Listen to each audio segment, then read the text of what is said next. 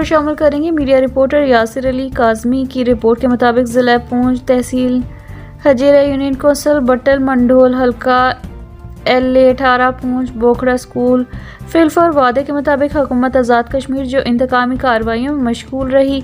एक नज़र Bokhra boys middle school पर। गांव Bokhra boys middle school Mondal से बुनियादी ज़रूरियात ज़िंदगी में सबसे बड़ी जैसे कि ज़रूरत बच्चों की तालीम, सेहत और खुराक। आज तालीम के हवाले से हम मौजूद हैं बोखड़ा के बॉयज़ मिडिल स्कूल जो कि हर लिहाज से सरकारी तौर पर नंबर 1 और इसका रिजल्ट हर साल बोर्ड में पोजीशन होल्डर्स बच्चों के नाम भी होता है।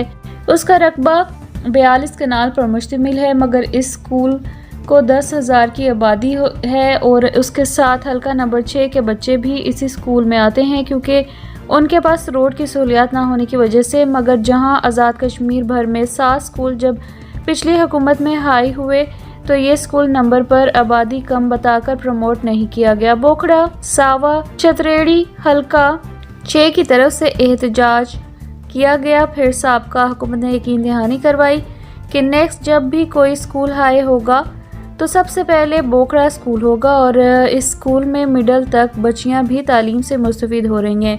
लिहाजा जो साबका एक्शन कमेटी थी उसके मेंबरान और लोकल काउंसलर की तरफ से ये हुकूमत को पैगाम दिया गया जो आगे आप चलकर उनके ख्यालात सुनेंगे। बोखड़ा की आवाम का भी यही पैगाम है कि हमने सुना है कि इस स्कूल को हाई कर दिया गया है, मगर आवाम का कहना था कि हमें सरकारी सतह पर कुछ अमली नमूना नज़र नहीं आया, इसीलिए ये हमें सियासी बयान नज़र आता है।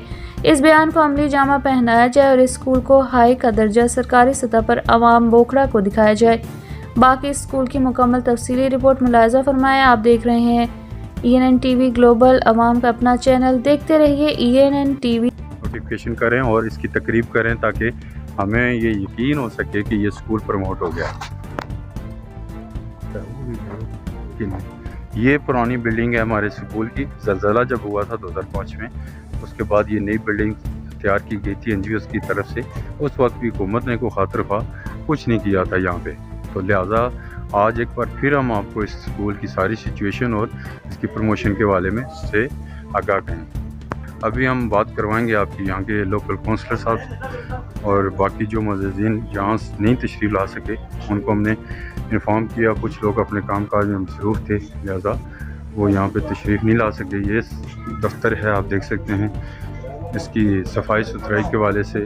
उसके अलावा ये दफ्तर है हेड मास्टर साहब का, वो नहायत ही शफीक इंसान है और यहाँ के उस्ताद और सारे जो हैं वो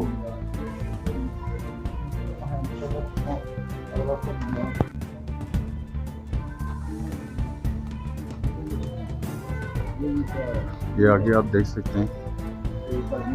और इस स्कूल की आबादी तकरीबन 9,500, तकरीबन 2019 में 6,500 थी, अभी 9,000 से इस इलाके की आबादी बढ़ गई है।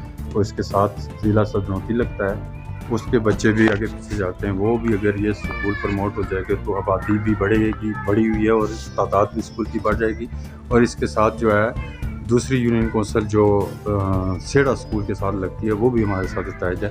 तो ये हमने आपको पूरी रिपोर्ट दी है। अभी हम बात करवाते हैं 1-2 बंदों से, तो आपको बिस्मिल्लाहिर्रहमानिर्रहीम। मैं हूँ Yasir Ali Kazmi, media reporter ENN TV global से।